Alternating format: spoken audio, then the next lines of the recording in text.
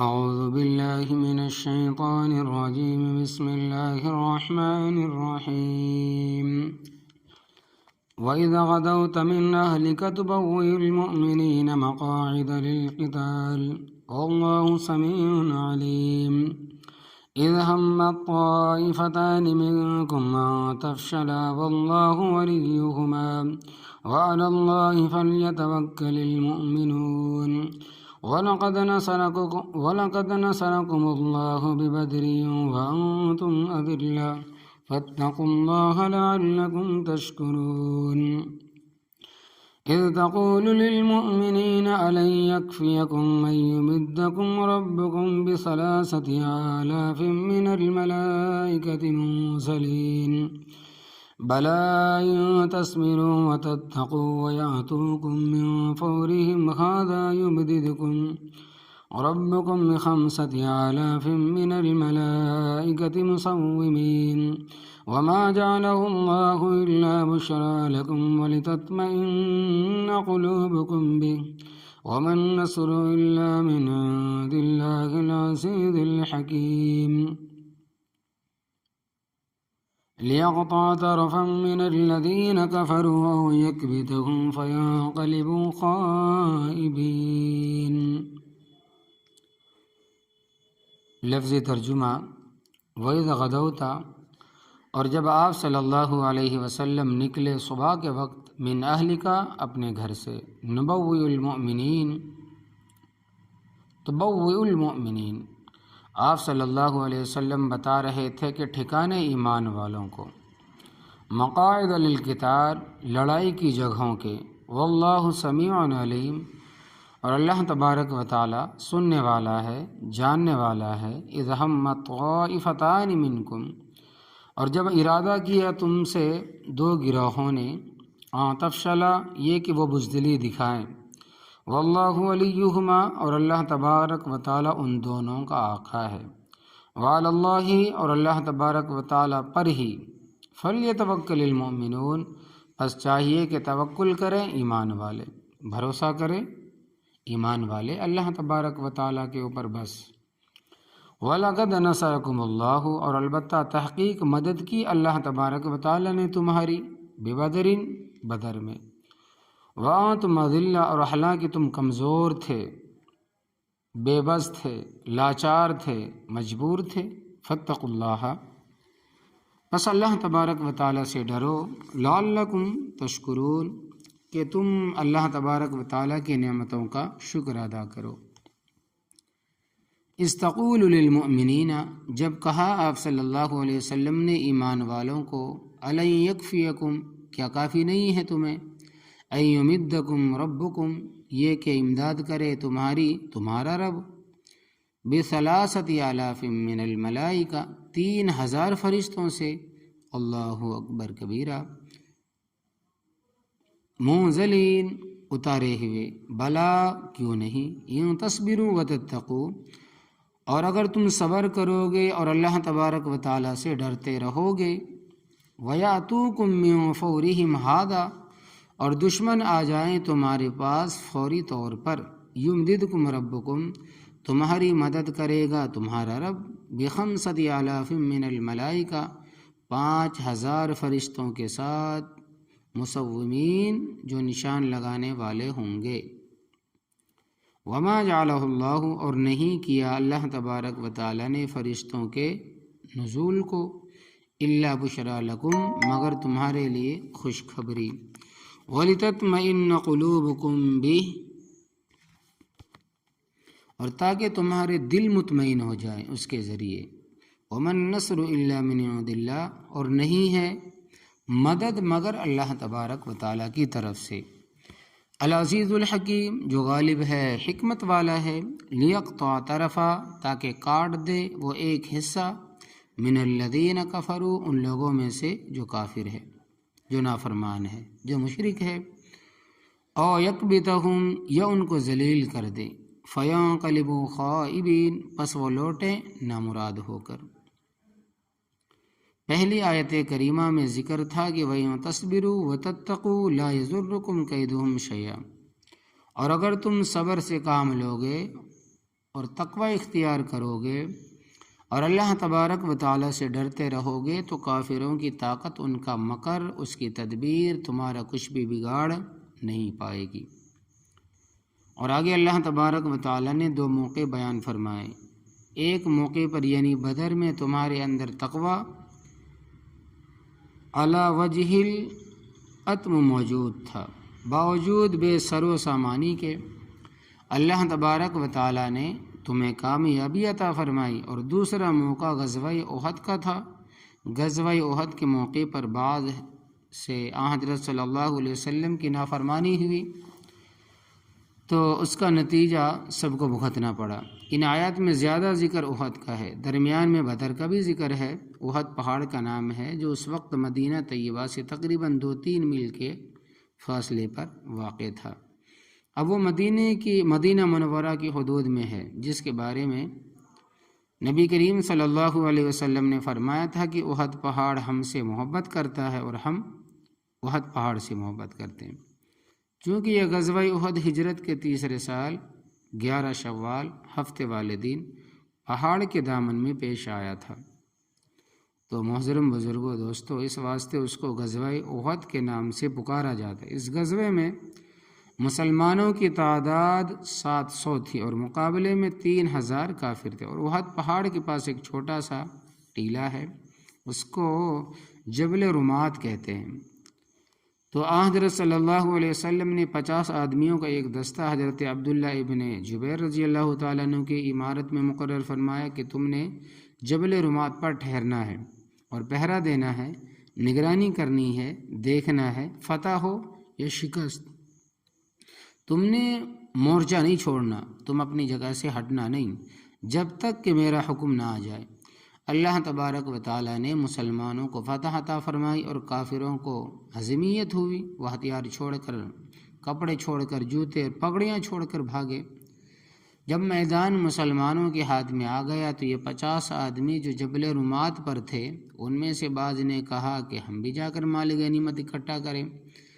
امیر لشکر نے کہا کہ نبی کریم صلی اللہ علیہ وسلم نے حکم دیا تھا کہ ہمیں فتح ہو یا شکست ہو، ہم ناکام ہو جائیں یا کامیاب ہو جائیں، ہم نے اپنی جگہ نہیں چھوڑنی، تم نے اپنے مورچہ نہیں چھوڑنا۔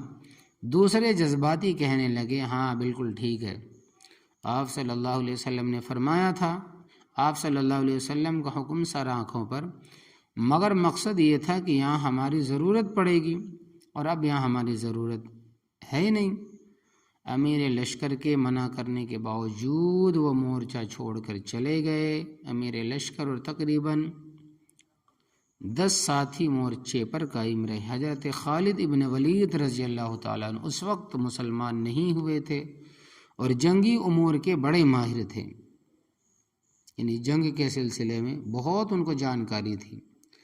جب انہوں نے دیکھا کہ اہم مورچہ خالی ہو گیا تو 200 آدمی لے کر عقب سے حملہ آور ہوئے۔ پیچھے سے جو حضرت مورچے پر تھے وہ اکثر وہاں شہید ہو گئے، چند ایک بچے۔ خالد ابن ولید رضی اللہ تعالیٰ عنہ نے آواز دی کہ پیچھے سے آ گیا ہوں، تم آگے سے پلٹو۔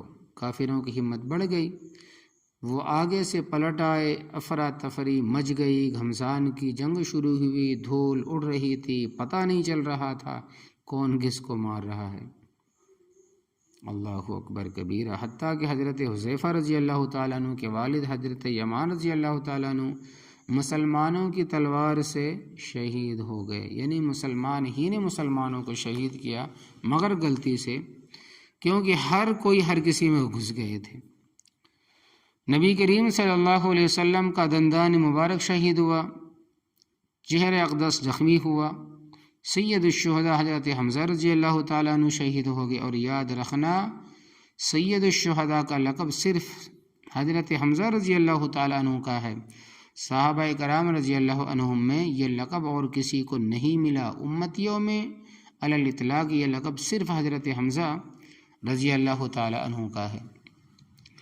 پیغمبروں کا مسئلہ الگ ہے، کیونکہ پیغمبر بھی شہید ہوئے ہیں۔ قرآن پاک میں آتا ہے کہ وَيَقْتُلُونَ النَّبِيِّينَ بِغَيْرِ الْحَقِّ، اور انہوں نے پیغمبروں کو ناحق قتل کیا تو جو پیغمبر شہید ہوئے ان کا درجہ سب سے زیادہ بلند، اعلیٰ، اونچا ہے، عرفہ ہے۔ پیغمبروں کے بعد سید الشہداء کا خطاب صرف حضرت حمزہ رضی اللہ تعالیٰ عنہ کا ہے۔ ہاں، لغوی طور پر کوئی کسی کو کہے تو کہے، مگر اصطلاحی طور پر سید الشہداء صرف اور صرف حضرت حمزہ رضی اللہ تعالیٰ عنہ ہی ہیں۔ تو ان آیات میں غزوہ احد کا ذکر ہے۔ جس وقت آپ صلی اللہ علیہ وسلم غزوہ احد کے لیے تشریف لے گئے، اس وقت آپ صلی اللہ علیہ وسلم حضرت عائشہ رضی اللہ تعالیٰ عنہ کے حجرے میں تھے۔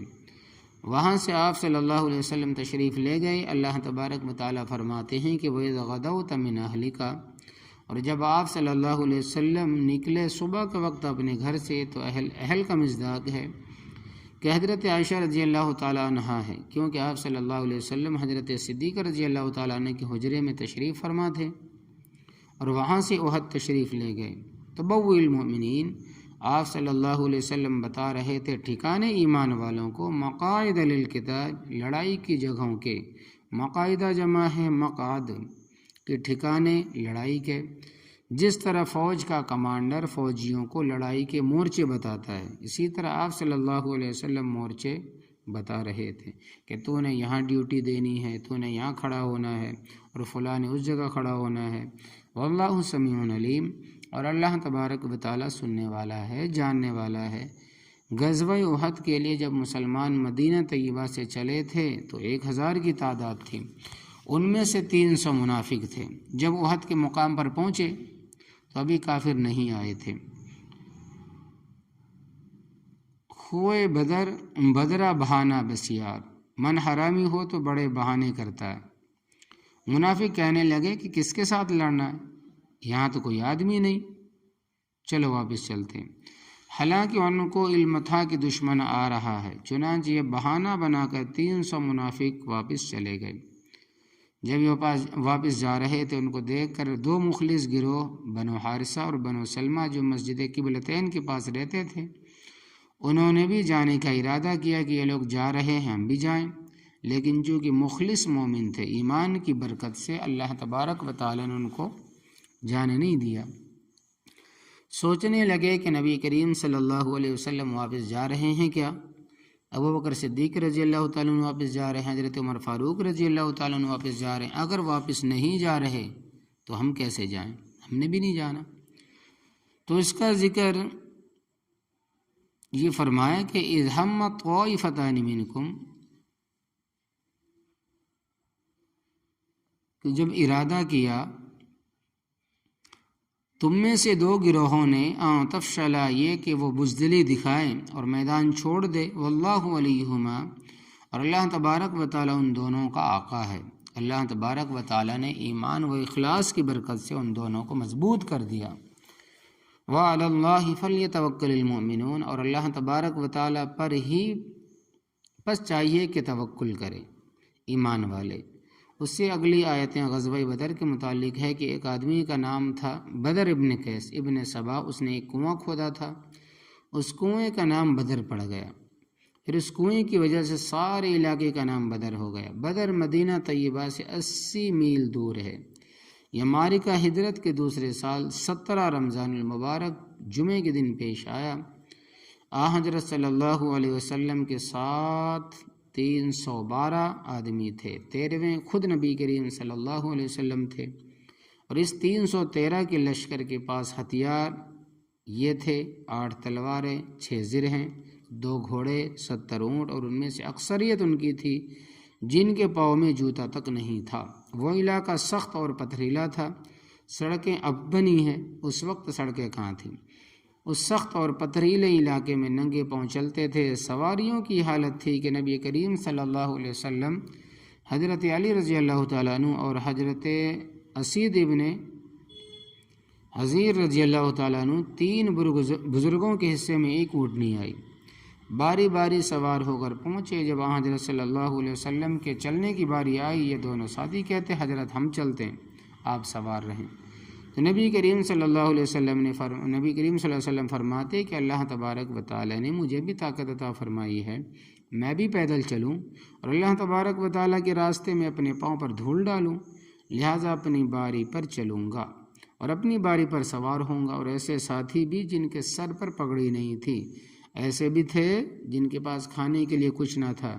جب بدر کے مقام پر پہنچے تو پانی کے کنویں پر کافروں کا قبضہ پہلے سے ہو چکا تھا اور صاف میدان پر مشرکوں نے پڑاؤ ڈال لیا تھا، اور جس مقام پر حضرت صلی اللہ علیہ وسلم اور آپ صلی اللہ علیہ وسلم کے ساتھی تھے وہاں ریت تھی اور پانی بالکل بھی نہیں تھا۔ 9 پارہ سورہ انفال میں آتا ہے کہ شیطان نے بعض ساتھیوں کے دل میں وسوسہ ڈالا کہ تم اچھے حق پر ہو کہ تمہیں پانی بھی نہیں ملا اور جہاں کھڑے ہو وہاں ریت ہی ریت ہے۔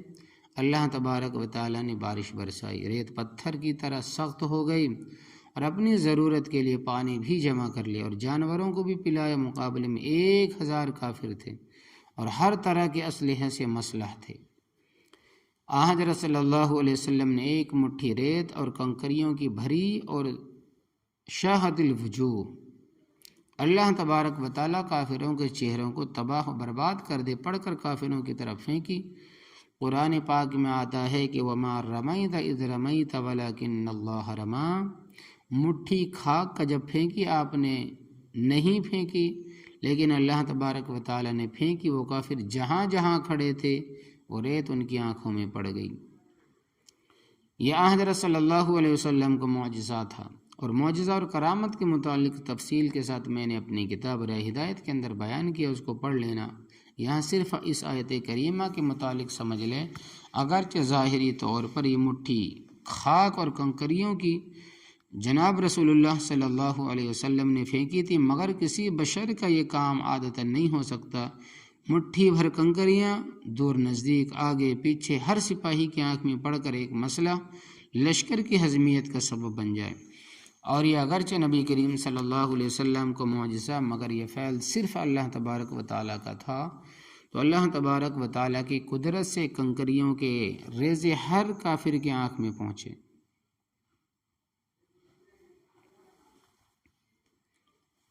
وہ سب آنکھیں ملنے لگے۔ ادھر مسلمانوں نے دھاوا بول دیا، 70 کافر مارے گئے، 70 گرفتار ہوئے، اور یہ باقیوں کو بھاگنے کے لیے راستہ نہ ملا۔ اس غزوے میں 14 مسلمان شہید ہوئے، 8 انصار میں سے اور 6 مہاجرین میں سے۔ ان کی قبریں آج بھی بدر کے مقام پر ایک 4 دیواری کے اندر موجود ہیں۔ تو اللہ تبارک و تعالیٰ فرماتے ہیں کہ وَلَقَدْ نَصَرَكُمُ اللَّهُ بِبَدْرٍ، اور البتہ تحقیق مدد کی اللہ تبارک و تعالیٰ نے تمہاری بدر میں، وَأَنْتُمْ أَذِلَّةٌ، اور حالانکہ تم کمزور تھے۔ اذلہ ذلیل کی جمع، اور ذلیل کے معنی ہیں کمزور، یعنی تعداد کے لحاظ سے، اسلحہ ساز و سامان کے اعتبار سے تم بڑے کمزور، لیکن اللہ تبارک و تعالیٰ نے تمہاری نصرت فرمائی۔ فَاتَّقُوا اللَّهَ، بس اللہ تبارک و تعالیٰ سے ڈرو، لعلکم تشکرون، تاکہ تم اللہ تبارک و تعالیٰ کی نعمتوں کا شکر ادا کرو۔ استقول للمؤمنین، جب کہا آپ صلی اللہ علیہ وسلم نے ایمان والوں کو، الن یکفیکم، کیا کافی نہیں ہے تمہیں، ایمدکم ربکم، کہ امداد کرے تمہارا رب، بثلاثۃ آلاف من الملائکہ، کہ 3000 فرشتوں سے منزلین اتارے ہوئے۔ سورہ انفال میں 1000 فرشتوں کا بھی ذکر آیا ہے۔ پہلے اللہ تبارک و تعالیٰ نے 1000 فرشتوں کا وعدہ فرمایا، کیونکہ کافر 1000 تھے، لیکن چونکہ کافر مسلمانوں سے 3 گنا زیادہ تھے، تو اللہ تبارک و تعالیٰ نے مزید وعدہ فرمایا کہ 3000 فرشتے اتاروں گا جو کافروں سے 3 گنا زیادہ ہوں گے۔ پھر عین جنگ کے دوران یہ خبر بھی آئی کہ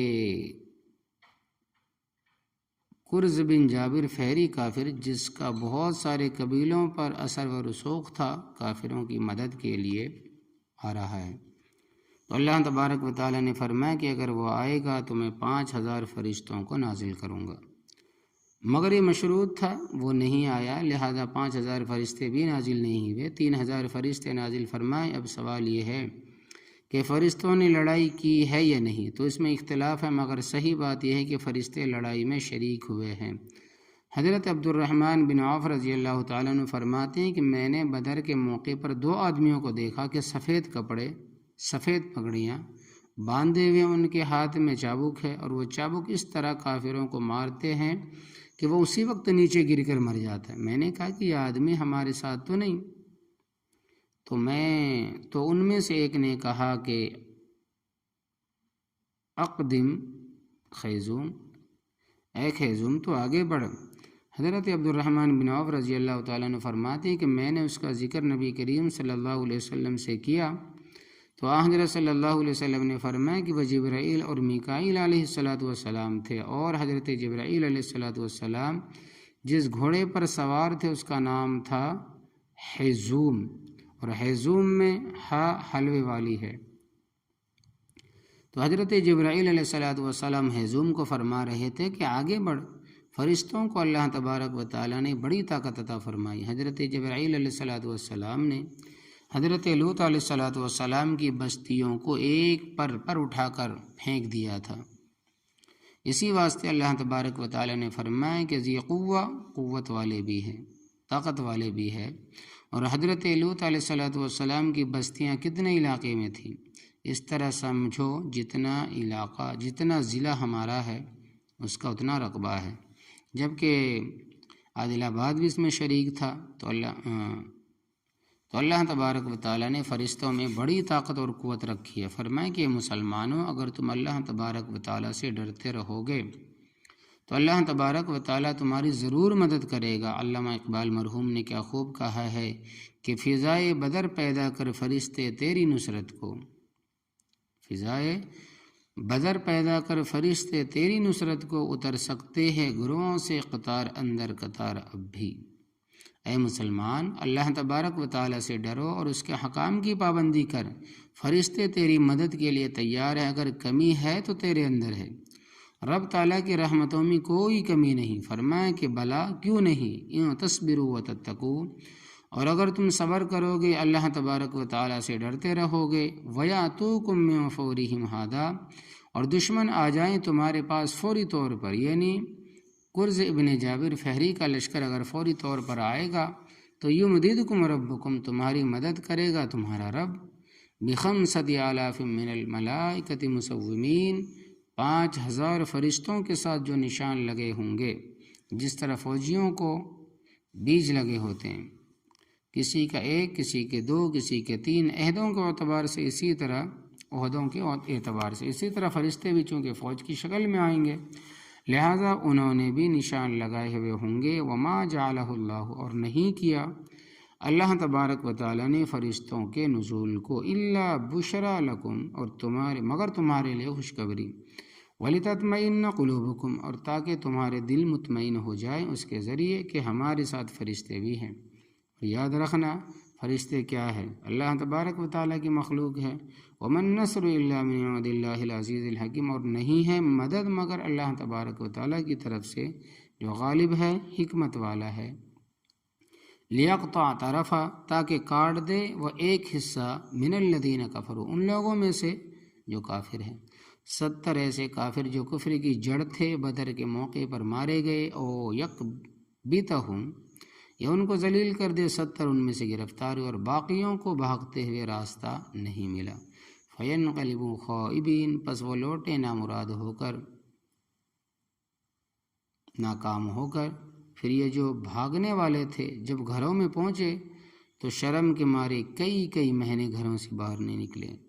عورتیں تانا دیتی تھی کہ تمہارا باپ مر گیا، بھائی مر گیا، تو بھی مر جاتا، بھاگتا نہ۔ چونکہ بدر کے موقع پر تقوی اور پرہیزگاری اعلیٰ درجے کی تھی، اللہ تبارک و تعالیٰ نے بے سر و سامانی کی حالت میں مدد فرمائی۔ آگے کئی رکوعوں تک احد کا واقعہ انشاءاللہ تبارک و تعالیٰ جاری رہے گا۔